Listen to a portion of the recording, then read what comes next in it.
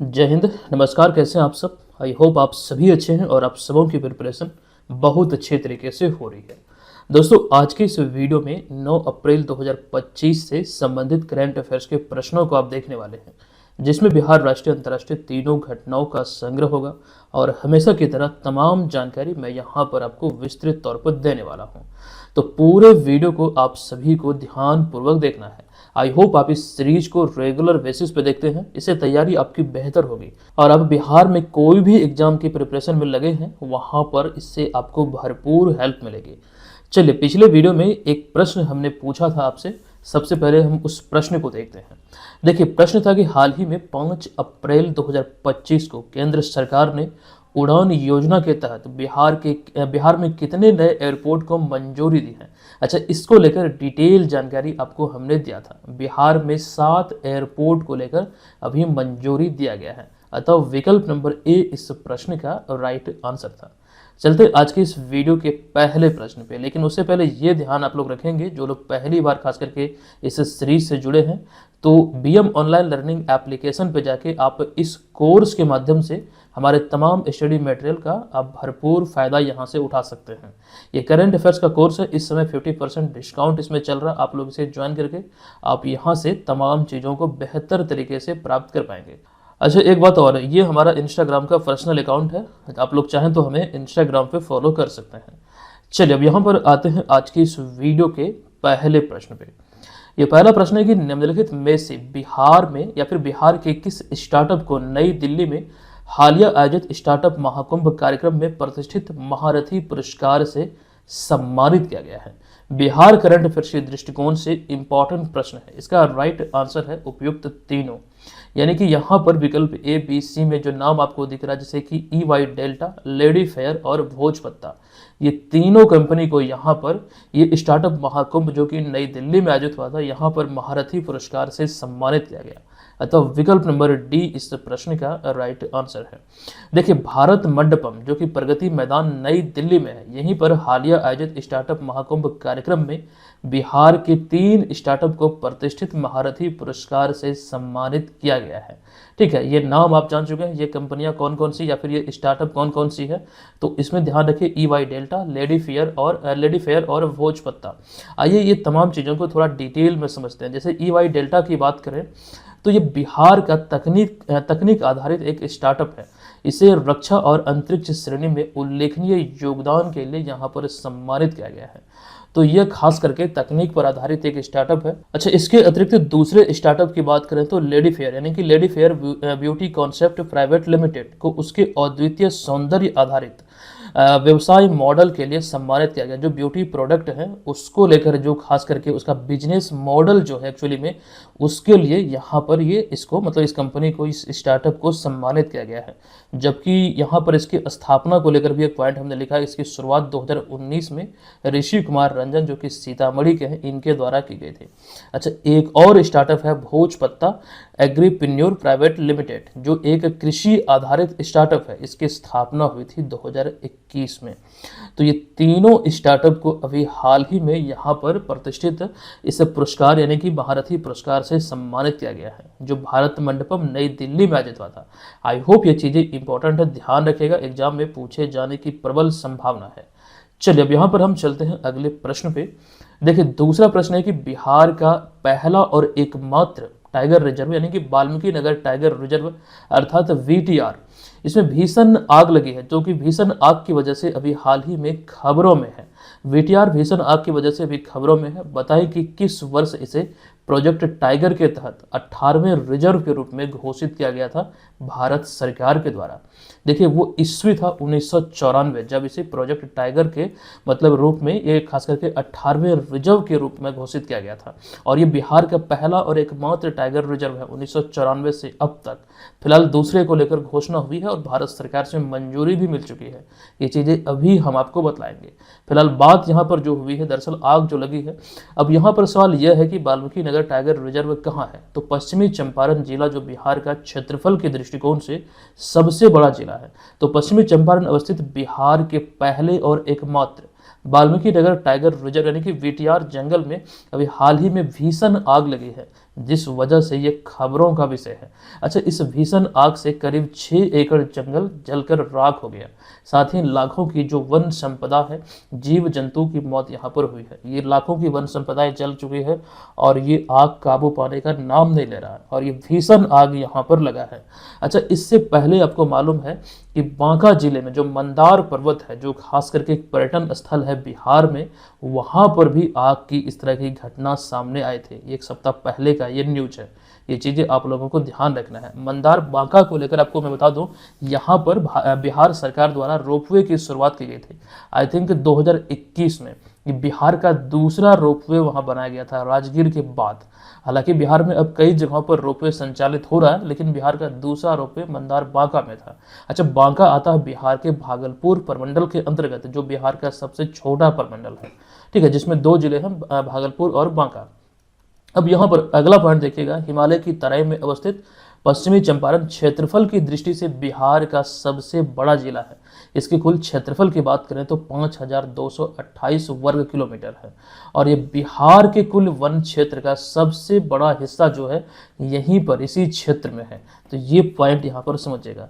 दरअसल इसके नाम से भी कुछ यहाँ पर समझ में आता है। इसके शाब्दिक अर्थ की बात करें, दरअसल चंपारण जो शब्द है ये चंपा और अरण्य से मिलकर बना। चंपा तो एक फूल है और अरण्य मतलब होता है जंगल या फिर वन, ये आप लोग जानते होंगे। ठीक है, तो जिसका शाब्दिक अर्थ होता है चंपा के फूलों से ढका हुआ वन। ठीक है, ये इस चंपारण शब्द का शाब्दिक अर्थ है। ऐसे तो चंपारण का इतिहास भी अगर हम देखें, मतलब खास करके भारतीय स्वतंत्रता आंदोलन के दृष्टिकोण से, तो इसमें काफ़ी योगदान रहा है। कहीं ना कहीं यही वो क्षेत्र था जहाँ से महात्मा गांधी ने अपने सत्याग्रह आंदोलन की शुरुआत किया था। ये चीज़ें हालांकि हिस्ट्री के अंतर्गत आप लोग पढ़ेंगे। अब यहाँ पर देखिए, वाल्मीकि नगर टाइगर रिजर्व की बात हुई है। एक्चुअली में ये पॉइंट ध्यान देने वाली है कि वाल्मीकि नगर टाइगर रिजर्व को 6 जनवरी 1953 को संरक्षित वन क्षेत्र का दर्जा दिया गया था। लेकिन एक्चुअली प्रश्न में हमने क्या पूछा है कि प्रोजेक्ट टाइगर के तहत, देखिए प्रोजेक्ट टाइगर की शुरुआत हुई थी 1973 में। तो प्रोजेक्ट टाइगर के तहत 18वें रिजर्व के रूप में, भारत के 18वें रिजर्व के रूप में कब घोषित किया गया था? यही पॉइंट है कि वर्ष 1994 में भारत सरकार के प्रोजेक्ट टाइगर के तहत 18वें रिजर्व के रूप में इसे घोषित किया गया था। अच्छा, प्रोजेक्ट टाइगर की जो शुरुआत हुई थी उस समय भारत की प्रधानमंत्री थी इंदिरा गांधी। 2022 में 22 सितंबर को प्रोजेक्ट चीता की शुरुआत हुई और किनके कार्यकाल में? तो नरेंद्र मोदी के कार्यकाल में। तो ये सभी बातें फिलहाल यहाँ से ध्यान रखिए। बात हो रही यहाँ पर टाइगर की, बाघों की, तो ऐसे में एक नवीनतम जो आंकड़ा है फिलहाल अब तक का, जो पिछला जो आंकड़ा है उसकी अगर हम बात करें तो आपको ध्यान रखना है 2023 का ये डेटा है, बाघों को लेकर आई थी। यहाँ पर VTR में बाघों की संख्या पिछले कुछ वर्षों में बढ़ी है, इसमें उल्लेखनीय वृद्धि देखा गया है और ये बढ़कर हो चुका है 54। अच्छा, पूरे भारत में 3682 बाघ इस समय है और ये सबसे अधिक है मध्य प्रदेश में। तो ये चीज़ें यहाँ पर ध्यान रखें, मध्य प्रदेश में है 785। अच्छा, बात हम कर रहे थे टाइगर रिजर्व की बिहार के संदर्भ में। पूरे भारत के दृष्टिकोण से देखें तो 18वां टाइगर रिजर्व है बिहार में, वाल्मीकि नगर टाइगर रिजर्व, जो कि क्रम के दृष्टिकोण से बिहार के संदर्भ में देखें तो पहला और एकमात्र है इस समय तक। कुछ जानकारी यहाँ पर अतिरिक्त यह है कि कैमूर में दूसरा प्रस्तावित है टाइगर रिजर्व। हालांकि रिसेंटली पिछले ही साल 2024 में भारत सरकार की तरफ से इसे मंजूरी भी मिल चुका है एक टाइगर रिजर्व के रूप में विकसित करने को लेकर। तो इतनी बातें यहाँ पर ध्यान रखना है। अब यहाँ पर हमारा अगला तीसरा प्रश्न है कि निम्नलिखित में से कहाँ हाल ही में भारत के पहले वर्टिकल लिफ्ट सी ब्रिज का उद्घाटन किया गया? ये अभी हाल ही में रामेश्वरम में इसका उद्घाटन किया गया। अतः विकल्प नंबर डी इस प्रश्न का राइट आंसर है। देखिए, तमिलनाडु में 535 करोड़ रुपए की लागत से बना पंबन रेलवे सी ब्रिज का उद्घाटन 6 अप्रैल 2025 को प्रधानमंत्री नरेंद्र मोदी के द्वारा किया गया था। आप यहाँ पर इस ब्रिज को देख सकते हैं, जो पिलर आपको दिख रहा है ये साइड और इधर, अगर आप क्लियर इस तस्वीर को देख रहे हैं तो ये वाला जो एरिया है, दोनों पिलर के बीच जो ये जगह आपको दिख रहा है, ये खासियत इसमें क्या है? यहाँ पर जैसे हमने लिखा भी है कि ये खास करके जो ब्रिज है ये लिफ्ट की तरह ये ऊपर आती है। ये जो एरिया आपको दिख रहा है ये जब ऊपर आती है तो इसके नीचे से कोई बोट वगैरह पानी में खास करके एक तरफ से दूसरी तरफ जाती है। और भारत में इस तरह का लिफ्ट ब्रिज नहीं था, ये पहला है जो अभी हाल ही में रामेश्वरम में इसका उद्घाटन किया गया 6 अप्रैल 2025 को नरेंद्र मोदी के द्वारा। अच्छा, इसे पंबन रेलवे सी ब्रिज भी कहा जाता है, यह भी ध्यान रखना है। तो रामेश्वरम तमिलनाडु में बना यह भारत का पहला वर्टिकल लिफ्ट रेलवे ब्रिज है और यह पंबन रेलवे ब्रिज रामेश्वरम द्वीप को भारत की मुख्य भूमि से जोड़ता है और यह वैश्विक मंच पर भारतीय इंजीनियरिंग की एक बड़ी उपलब्धि है। और ये उपलब्धि इसलिए कहा जा रहा है क्योंकि भारत में इस तरह का ब्रिज नहीं है और ये पहला ब्रिज है भारत में इस तरह का वर्टिकल लिफ्ट रेलवे ब्रिज।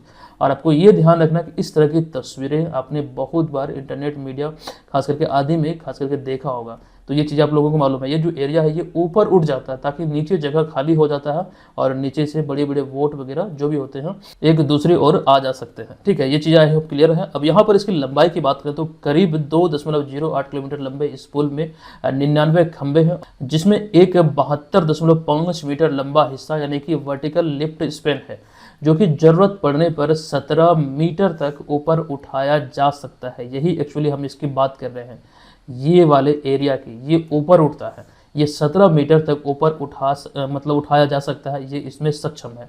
अच्छा, एक जानकारी और, चूंकि यहाँ पर ब्रिज की बात हो रही है तो कुछ समय पहले हमने इस तरह की जानकारी दिया था और ये आपके बीपीएससी एग्जाम में पूछा जा चुका है ये प्रश्न, ये वाला पॉइंट। देखिए, भारत का पहला केबल आधारित रेल पुल जो है जम्मू कश्मीर में चिनाब नदी की सहायक नदी अंजी नदी पर बनाया गया है। ये आप ध्यान रखिएगा, जो भारत का पहला केबल आधारित पुल है ये आपको जम्मू कश्मीर में अंजी नदी पर देखने को मिलेगा। ये बीपीएससी एग्जाम में पूछा हुआ प्रश्न है और ये आपको ध्यान रखना, ये उधमपुर श्रीनगर बारामूला रेल लिंक परियोजना का हिस्सा है जो कि कटरा और रियासी को जोड़ता है, जो कि आपको ध्यान रखना जिसकी लंबाई जो है 725.5 मीटर है। तो फिलहाल यहाँ पर इतनी जानकारी इस ब्रिज को लेकर है। अच्छा, इसी तरह के एक और ब्रिज को लेकर हमने आपको जानकारी दिया था पिछले साल 2024 में। यहाँ पर आप देख सकते हैं सुदर्शन केबल पुल जो कि द्वारका गुजरात में बनकर तैयार हुआ था। इसका उद्घाटन 25 फरवरी 2024 को नरेंद्र मोदी के द्वारा किया गया था। मोस्ट इंपॉर्टेंट पॉइंट है, ये तमाम चीज़ों का आपको ध्यान रखना है क्योंकि अभी पंबन रेलवे जो ब्रिज है ये अभी खास करके खबरों में है, जो एक्चुअली यहाँ पर इसकी हम बात कर रहे हैं। तो इसका मतलब इसको ध्यान में रखते हुए आपको ये दोनों पुनः से रिकॉल करना है। चलिए आते हैं चौथे प्रश्न पे। देखिए, निम्नलिखित में से किस प्रसिद्ध भारतीय सैंड आर्टिस्ट को द फ्रेड डारिंगटन में या फिर डारिंगटन के प्रथम ब्रिटिश सैंड मास्टर पुरस्कार से सम्मानित किया गया है? देखिए, राइट जो आंसर है इनका नाम है सुदर्शन पटनायक। आई होप आप ये नाम से बखूबी परिचित होंगे। आपको बता दूं यहाँ पर कि भारतीय सैंड आर्टिस्ट सुदर्शन पटनायक को ब्रिटेन में हाल ही में द फ्रेड डारिंगटन में या फिर डारिंगटन के प्रथम ब्रिटिश सैंड मास्टर पुरस्कार से सम्मानित किया गया है। इन्हें आप यहाँ पर इस तस्वीर में देख सकते हैं। अच्छा, इन्हें जो ये पुरस्कार अभी हाल ही में मिला है इसको लेकर यहाँ पर यह जानकारी है कि यह सम्मान उन्हें सैंड आर्ट में उनके योगदान के लिए दिया गया है। दरअसल यह सम्मान पाने वाले वे पहले भारतीय बने हैं। आपको यहाँ पर यह ध्यान रखना कि ब्रिटेन में बेमाउथ एक जगह है, यहीं पर एक प्रतियोगिता आयोजित हुई थी सैंड वर्ल्ड 2025 अंतर्राष्ट्रीय सैंड आर्ट फेस्टिवल। तो इस दौरान यहाँ पर इन्हें पुरस्कार मिला है। दरअसल यहाँ पर सुदर्शन पटनायक ने इस फेस्टिवल में भगवान गणेश की 10 फीट ऊंची रेत की प्रतिमा बनाई थी या फिर मूर्ति बनाई थी जिस पर विश्व शांति का संदेश लिखा हुआ था। यही वो प्रतिमा है गणेश जी की जो कि बालू से यानी कि सैंड से बनी हुई है। देख रहे हैं कितना रियल लग रहा है और इसी आर्ट के लिए अभी हाल ही में इन्हें सम्मानित किया गया है इस सम्मान से, ब्रिटिश सैंड मास्टर पुरस्कार से। और ये सम्मान पाने वाले वे पहले भारतीय बने हैं सुदर्शन पटनायक। ये रहने वाले कहाँ के हैं? तो सुदर्शन पटनायक रहने वाले हैं पूरी उड़ीसा के। अच्छा, इनसे संबंधित एक पॉइंट है कि वर्ष 2014 में भारत सरकार ने उन्हें समुद्र तट की रेत कला के लिए भारत के चौथे सबसे बड़े नागरिक पुरस्कार पद्मश्री से उन्हें सम्मानित किया था। अच्छा, ये चीज़ें इंपॉर्टेंट तो है ही, वीवीआई पॉइंट में आप रखेंगे, लेकिन यहाँ पर बगल में जो आप ये तस्वीर में देख रहे हैं इस शख्स को आप लोग भली भांति जानते होंगे। यह अभिनंदन वर्धमान, आपको इनके बारे में स्टोरी मालूम होगी। आई थिंक 2019 की ये स्टोरी है, एग्जैक्ट तो मुझे डेट याद नहीं है, 2019 के आसपास की ये कहानी है, जब ये खास करके बहुत ज़्यादा खबरों में उन्हीं की ये सैंड की प्रतिमा इनके द्वारा बनाए गए थे। अब यहाँ पर समझना ये है कि इन्होंने खास करके एक मतलब जो पाकिस्तानी विमान थी F-16 इसको मार गिराया था, और इस दौरान गलती से वे, आपको ध्यान रखना, मिग 21 जो लड़ाकू विमान था ये मतलब लेकर पाकिस्तान में जा गिरे थे, वहाँ पर इनको बंदी बना लिया गया था। और जिसके बाद आपको ध्यान रखना है कि इस जेट से इन्हें बाहर निकालते हुए मतलब इसे हिरासत में रखा गया था, लेकिन बाद में इसमें खास करके जो भारत की तरफ से दबाव डाला गया तो पाकिस्तान को इन्हें रिलीज करना पड़ा था। तो इन सारे वजहों से ये खास करके अभिनंदन वर्धमान चर्चे में रहे थे और बहुत ज़्यादा खबरों में थे, ये इंटरनेशनल मुद्दा बन चुका था, और आपको ये ध्यान रखना है इसी दबाव में आकर पाकिस्तान को इन्हें छोड़ना पड़ा। अच्छा, अभिनंदन वर्धमान कहाँ के रहने वाले थे ये भी आपसे पूछा जा सकता है, तो आपको ध्यान रखना है तमिलनाडु के रहने वाले हैं एक्चुअली में। तो पाकिस्तान के किस विमान को इन्होंने मार गिराया था, तो फाइटर जेट जो था F-16 उसको, और ये किस विमान को चला रहे थे, तो मिग 21 जो फाइटर जेट था वो। आई होप ये सारी चीज़ें क्लियर है। चलिए आते हैं अगले प्रश्न पे। पांचवा प्रश्न है कि हज यात्रा की सुरक्षा को ध्यान में रखते हुए सऊदी अरब सरकार ने हाल ही में भारत, पाकिस्तान समेत कुल कितने देशों के लिए वीजा पर अस्थायी बैन लगा दिया है।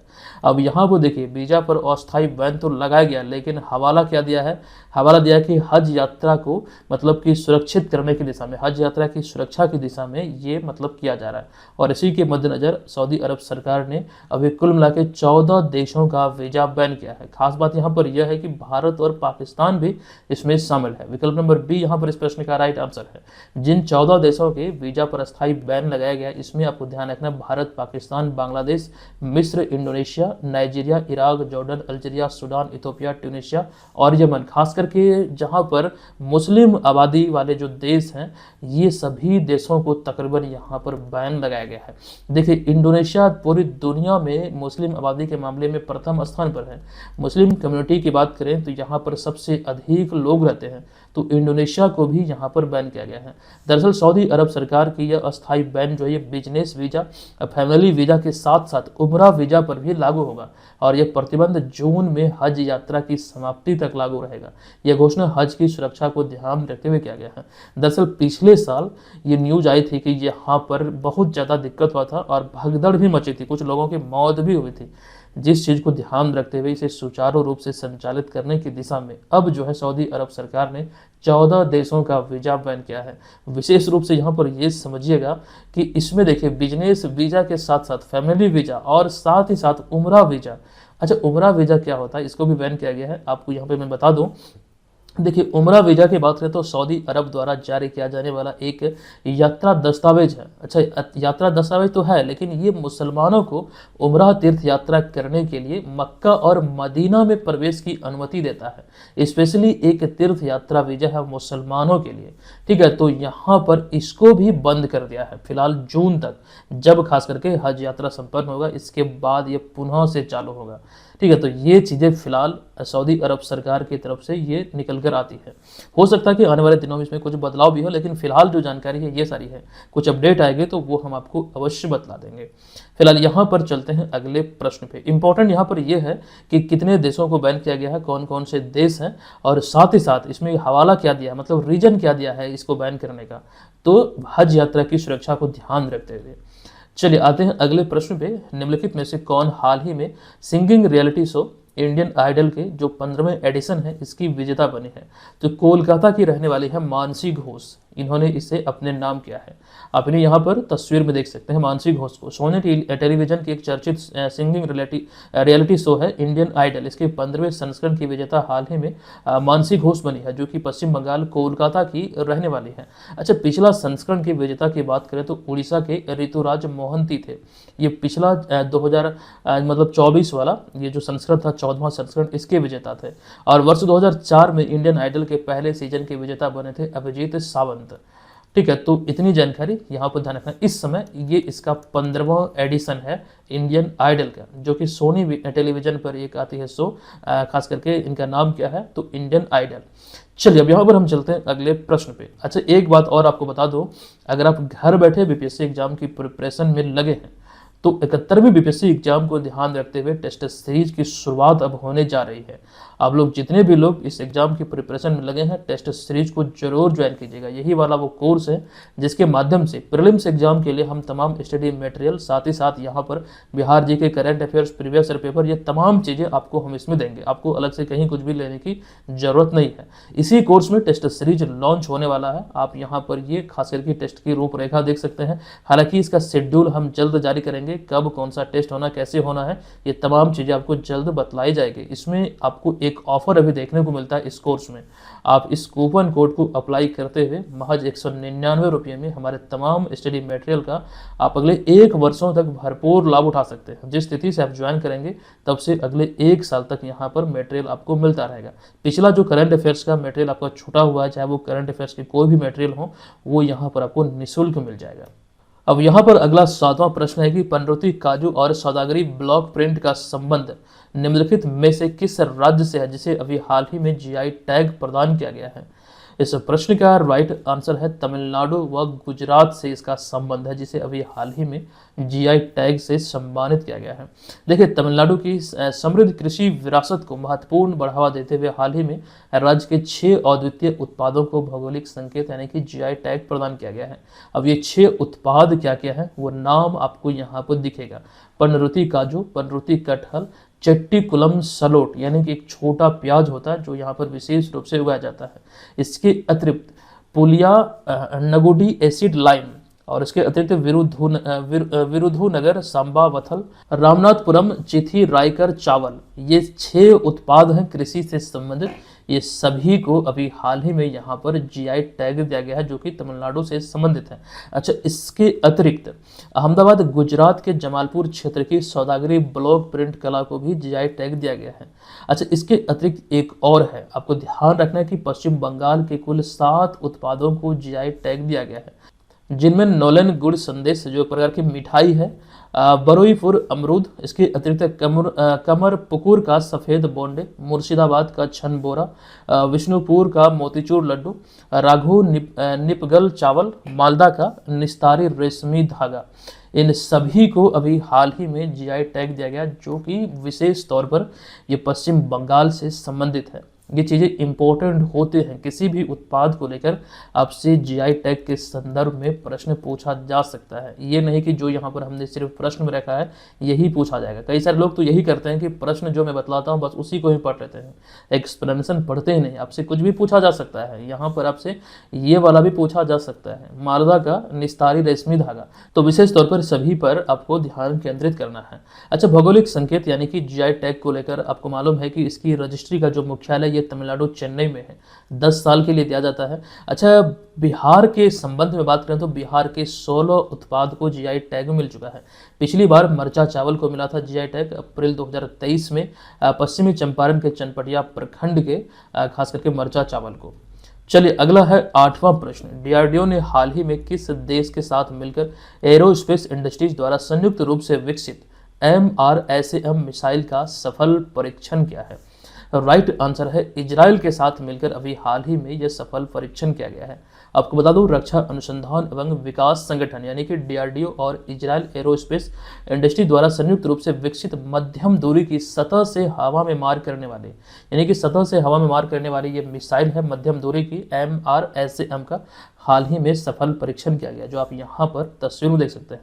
यह एक बैलिस्टिक मिसाइल है जो मध्यम दूरी की बैलिस्टिक मिसाइल है और सतह से हवा में मार करने में सक्षम है। दरअसल आपको ये ध्यान रखना है 3 से 4 अप्रैल 2025 को उड़ीसा तट पर एपीजे अब्दुल कलाम जो द्वीप है यहीं से इसे मतलब प्रक्षेपित किया गया।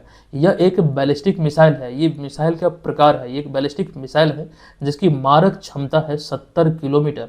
तकरीबन यह मध्यम दूरी की एक बैलिस्टिक मिसाइल है जो कि जमीन और जहाज और जमीन दोनों जगहों से यानी कि सतह से हवा में मार करने में सक्षम है 70 किलोमीटर तक।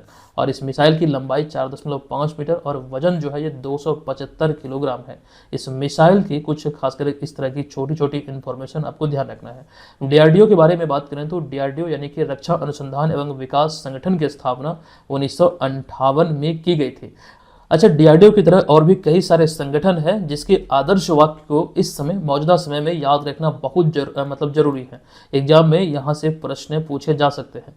तो डीआरडीओ का जो आदर्श वाक्य यह है बलस्य मूलम विज्ञानम। तो यह शक्ति का स्रोत विज्ञान है। ये यहाँ पर इसका शाब्दिक जो अर्थ है संस्कृत में होता है बलस्य मूलम विज्ञानम, यानी कि शक्ति का स्रोत ही विज्ञान है। चलिए आते अगले प्रश्न पे। 2025 बॉक्सिंग विश्व कप का आयोजन किस देश में किया गया, जहां पर भारतीय बॉक्सिंग टीम ने 6 पदक जीतकर पदक तालिका में दूसरा स्थान हासिल किया। देखिए ये प्रतियोगिता अभी हाल ही में ब्राजील में आयोजित किया गया था। आपको बता दूं कि 2025 बॉक्सिंग विश्व कप का जो आयोजन है ये ब्राजील में किया गया, जहां पर भारतीय बॉक्सिंग टीम ने 6 पदक जीते। इनमें 1 स्वर्ण, 1 रजत और 4 कांस्य पदक शामिल थे, यानी कि 1 गोल्ड, 1 सिल्वर और 4 ब्रॉन्ज मेडल यहाँ पर भारतीय बॉक्सिंग टीम ने अपने नाम किया। ये 6 विजेताओं को आप यहाँ पर देख सकते हैं।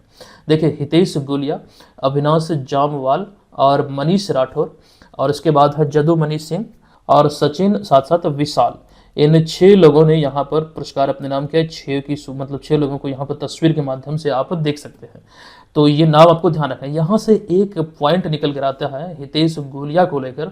ये 70 किलोग्राम भार वर्ग में पुरुष कैटेगरी में जो गोल्ड मेडल इन्होंने अपने नाम किया, इसके साथ ही हितेश गुलिया जो कि हरियाणा के हैं, ये विश्व मुक्केबाजी कप में यानी कि वर्ल्ड बॉक्सिंग कप में स्वर्ण पदक जीतने वाले पहले भारतीय बने हैं। VBI प्रश्नों में रखेंगे आप इसको। अच्छा, इस प्रतियोगिता में उज्बेकिस्तान 7 पदकों के साथ पहले स्थान पर रहा, उसके बाद भारत 6 पदकों के साथ, और तृतीय स्थान पर रहा मेजबान ब्राजील 5 पदकों के साथ। ठीक है, उज्बेकिस्तान पहले, भारत दूसरे और ब्राजील क्रमशः तीसरे स्थान पर रहा है।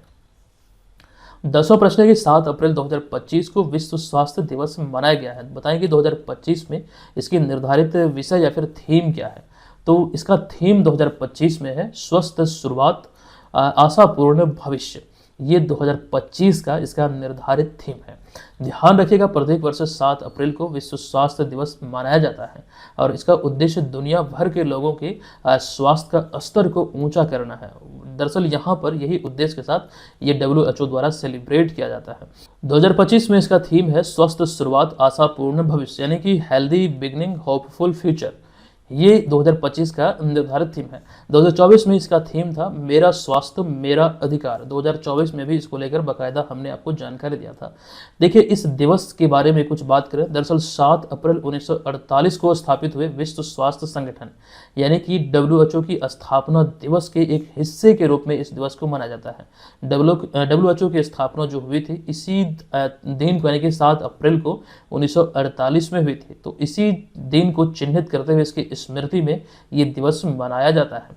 अच्छा, इस वर्ष 7 अप्रैल 2025 को विश्व स्वास्थ्य संगठन की 77वीं स्थापना दिवस मनाया गया है। अच्छा, विश्व स्वास्थ्य संगठन यानी कि WHO की बात हुई तो हाल ही में WHO ने कोविनेट नामक एक नया लैब नेटवर्क लॉन्च किया था।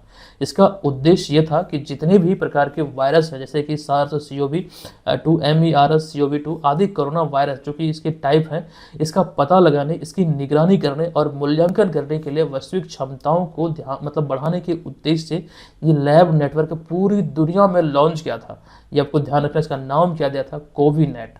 ठीक है, चलिए अब यहाँ पर अगला 11 नंबर प्रश्न है कि ब्यूनस आयर्स में आयोजित ISSF विश्व कप 2025 में महिलाओं की 25 मीटर स्पर्धा में या फिर 25 मीटर पिस्टल स्पर्धा में भारतीय निशानेबाज ईशा सिंह ने कौन सा पदक हासिल किया है। तो यहाँ पर ISSF विश्व कप 2025 में महिलाओं की 25 मीटर पिस्टल स्पर्धा में निशानेबाज ईशा सिंह ने रजत पदक यानी कि सिल्वर मेडल अपने नाम किया है। नेक्स्ट प्रश्न है, संयुक्त राष्ट्र की हालिया जारी एक रिपोर्ट के अनुसार जो अभी हाल ही में खबरों में रहा है, किस वर्ष तक भारत की 50% जो आबादी है ये नगरों में निवास करेगी। तो ये ईस्वी है 2047, क्योंकि इस समय भारत के गांवों से जो पलायन हो रहा है शहरों की ओर वो बहुत अधिक पैमाने पर हो रहा है। तो इसी चीज़ को ध्यान रखते हुए ये डेटा यहाँ पर आपको याद रखना है संयुक्त राष्ट्र की कि 2047 तक 50% से अधिक जो आबादी है वो शहरों में निवास करने लगेगी। एक रीजन इसमें ये भी दिया कि शहरीकरण बहुत तेजी से बढ़ रहा है। ठीक है, तो इतनी सारी बातें आई होप यहाँ पर आप समझ चुके हैं, ये चीज़ें क्लियर है। तो आज के इस वीडियो में इतना ही। अब हम चलते हैं आज के इस वीडियो के प्रश्न की ओर। प्रश्न है कि हालिया जारी एक रिपोर्ट के अनुसार भारतीय रेलवे स्टेशन और सेवा भवनों में सौर ऊर्जा स्थापना करने के मामले में बिहार कौन से स्थान पर है। कंप्लीट जानकारी आप सभी को दिया गया है। कमेंट बॉक्स में जाइए, हमें बताइए इसका राइट आंसर क्या होगा। हम मिलते हैं आपसे नेक्स्ट वीडियो में, तब तक के लिए धन्यवाद। जय हिंद।